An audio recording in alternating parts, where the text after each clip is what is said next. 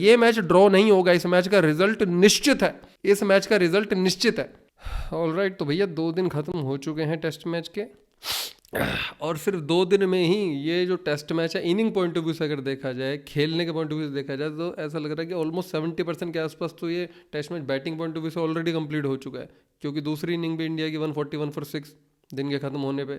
इसके बाद बस ऑस्ट्रेलिया की बैटिंग बचती है, जो जितने भी रन यहाँ पर इंडिया बनाएगी उसमें 4 रन ज़्यादा, 5 रन ज़्यादा जो ऑस्ट्रेलिया को टारगेट मिला है, यानी लगभग मोटे तौर पे जितने रन इंडिया यहाँ पे बना रही है उतने ही रनों का ऑस्ट्रेलिया को टारगेट मिलने वाला है। इस सीरीज में सच बताऊं तो ठीक है, हम एक मैच जीते, ठीक है एक आधा ड्रॉ भी हुआ, ठीक है हम थोड़े पीछे हैं, थोड़े पीछे मतलब एक मैच में अगर हम ये वाला मैच भी जीतते, अगर हम सिडनी वाला मैच जीतती है इंडिया, तो यहाँ पर सीरीज बराबर हो जाएगी, जो कि बहुत बड़ी बात होगी। लेकिन मुझे लगता है ये बहुत ज़्यादा ही बड़ी बात होगी। उसका कारण क्या है? उसका कारण यह है कि ऑस्ट्रेलिया ने ना भाई, ऑस्ट्रेलिया ने पूरी तरह से डोमिनेट किया इंडिया को, टू बी वेरी ऑनेस्ट, पूरी तरह से ऑस्ट्रेलिया ने डोमिनेट किया। यहाँ पर खुश होने का ना मुझे नहीं लगता कोई भी पॉइंट है।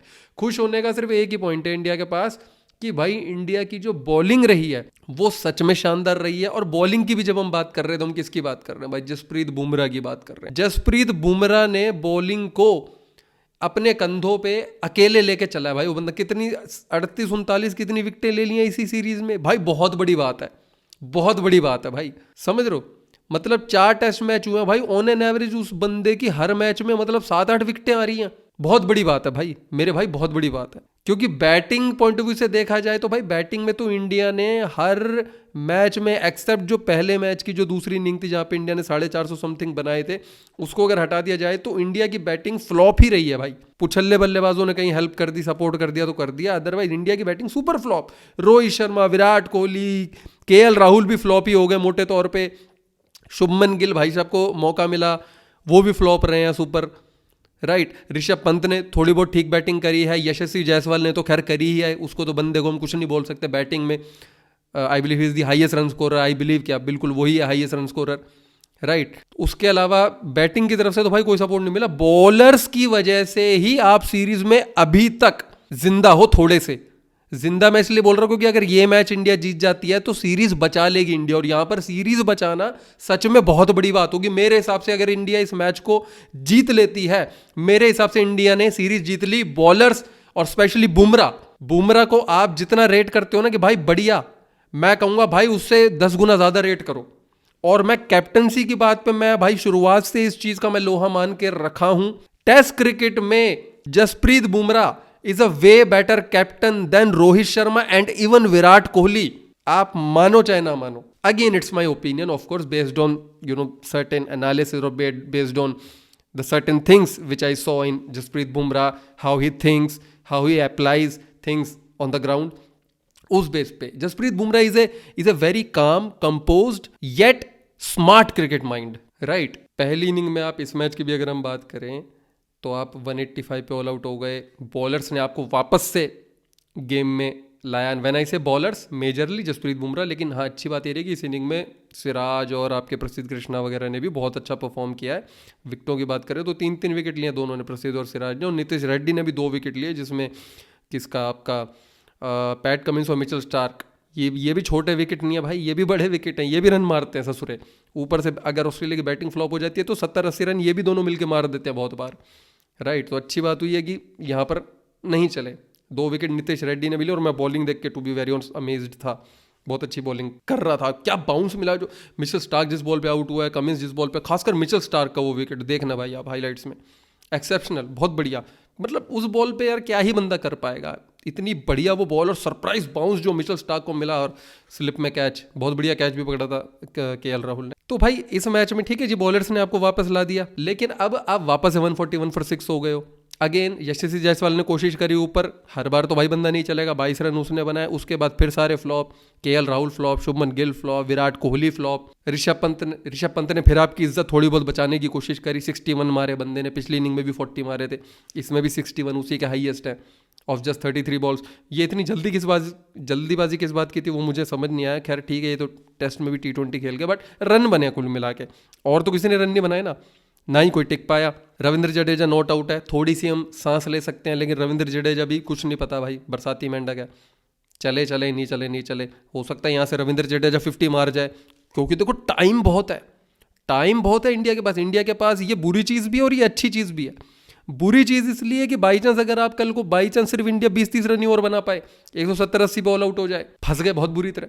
लेकिन अच्छी बात यह भी है कि भाई आपके पास समय है। वॉशिंगटन सुंदर बैटिंग कर लेता है और रविंद्र जडेजा तो कर ही लेते हैं बैटिंग, हमें पता ही है, वो तो बैट्समैन है ही, बैटिंग ऑलराउंडर है। तो यहाँ पर अगर मुझे ऐसा लगता है कि अगर ज़्यादा भी नहीं, अगर कम से कम एक 60 से 70 रन की पार्टनरशिप अगर जडेजा और वॉशिंगटन सुंदर की हो जाती है, मुझे लगता है ये मैच बहुत मोटे तौर पे इंडिया के हाथों में वापस आ जाएगा तगड़े तरीके से। अभी यहाँ पे काफ़ी रिस्की मामला है। अभी मैं कहूँगा ये 60-40 है, ऑस्ट्रेलिया की तरफ 10% में थोड़ा ज़्यादा कहूँगा। मोटे तौर पे अगर आपको थोड़ा ऑप्टिमिस्टिक होकर सोचना है तो आप 50-50 कह सकते हो कि हाँ अभी बराबर है। लेकिन मैं थोड़ा सा यहाँ पर वेटेज जो है वो ज़्यादा ऑस्ट्रेलिया को देना चाहूँगा, क्योंकि अभी ऑस्ट्रेलिया का पलड़ा थोड़ा सा भारी है। अच्छी बात यह कि मैच अभी भी कहीं ना कहीं थोड़ा बैलेंस में है, लेकिन यहां पर अगर एटलीस्ट एक 60-70 रनों की, 60 रनों की अगर एक पार्टनरशिप हो जाए, राइट, 60-70 रनों की अगर इनके बीच में एक पार्टनरशिप हो जाती है, या कोई भी पार्टनरशिप अगर हमें अब यहां पर किन्हीं दो बैट्समैन की, चाहे वो जडेजा सुंदर की हो चाहे किसी की भी हो, अगर एक हमको एटलीस्ट एक 50-60 रनों की पार्टनरशिप देखने को मिल जाती है, मैं कहूंगा यहां पर मैच कहीं ना कहीं इंडिया के हाथों वापस आ जाएगा। क्यों? क्योंकि यहां से अगर 60 रन की पार्टनरशिप, 50-60 रन की पार्टनरशिप होती है, इंडिया 200 पे पहुंच जाएगी, बाकी भी कुछ रन तो बनेंगे। मुझे लगता है अगर ऑस्ट्रेलिया को India any target which is more than 220 230 250 के आसपास अगर टारगेट मिल जाए ऑस्ट्रेलिया को, मुझे लगता है इंडिया के पास एक अच्छा चांस होगा। इंडिया के पास डेफिनेटली एक अच्छा चांस होगा। ये पिच आसान नहीं है भाई बैटिंग के लिए। यहां पर बॉल बहुत बढ़िया मूव कर रहा है और कई मायनों में अनइवन बाउंस भी है, और ऑस्ट्रेलिया ने भी उस चीज का नमूना पेश किया। ऑस्ट्रेलिया ने भी वो सबूत दिया है। उनकी बैटिंग भी जिस तरीके से स्ट्रगल करी है, कोलैप्स करी है, वेबस्टर को अगर हटा दिया जाए, स्टीव स्मिथ एक बार को स्मूथ लग रहा था, और मैंने जैसे कि बोला था कि भाई स्टीव स्मिथ का रिकॉर्ड बहुत अच्छा है, तो स्टीव स्मिथ मुझे लग रहा था, मैंने कहा जो उसने छक्का लगाया और फिर चौका लगा प्रसिद्ध कृष्णा को, मैंने कहा भाई ये कहीं ये लग रहा है स्मूथ सेटलमेंट ना हो जाए इसकी, क्योंकि अगर स्टीव स्मिथ कंफर्टेबल हो जाता, थोड़ा और समय बिता जाता, 70-80 रन, 100 रन एक और फिर से कोई बड़ी बात नहीं होती, और रिकॉर्ड तो है ही उसका अच्छा।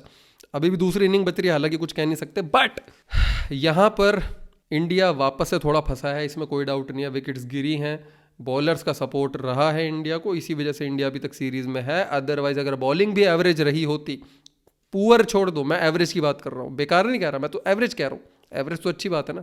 अगर एवरेज भी रही होती, इंडिया इस मैच को अगर जीत भी जाती, ऑस्ट्रेलिया पहले ही इस सीरीज को जीत चुकी होती। समझ रहे हो, 2-1 है, ये 3-1 भी हो सकता था, राइट। अगर 3-1 होता, जो ड्रॉ हुआ था मैच, बारिश आ गई, ये आ गया, वो आ गया, किस्मत थी आपकी, वो तो बारिश की वजह से आप बच गए। अगर आप 3-1 आ रहे होते इस मैच में, तो इस मैच को जीत के भी आप क्या कर लेते? कुछ नहीं कर पाते, सीरीज तो हार ही चुके होते आप। लेकिन अभी भी सीरीज में आप जिंदा हो। 80% of the credit goes to the bowlers. देखते हैं भाई आगे क्या होता है। यहाँ पर इंडिया को एक पार्टनरशिप चाहिए। मुझे लगता है ऑस्ट्रेलिया को एटलीस्ट, इंडिया को at least any target which is more than 220 230 अगर इंडिया दे पाती है, तो इंडिया के पास एक बहुत अच्छा चांस होगा।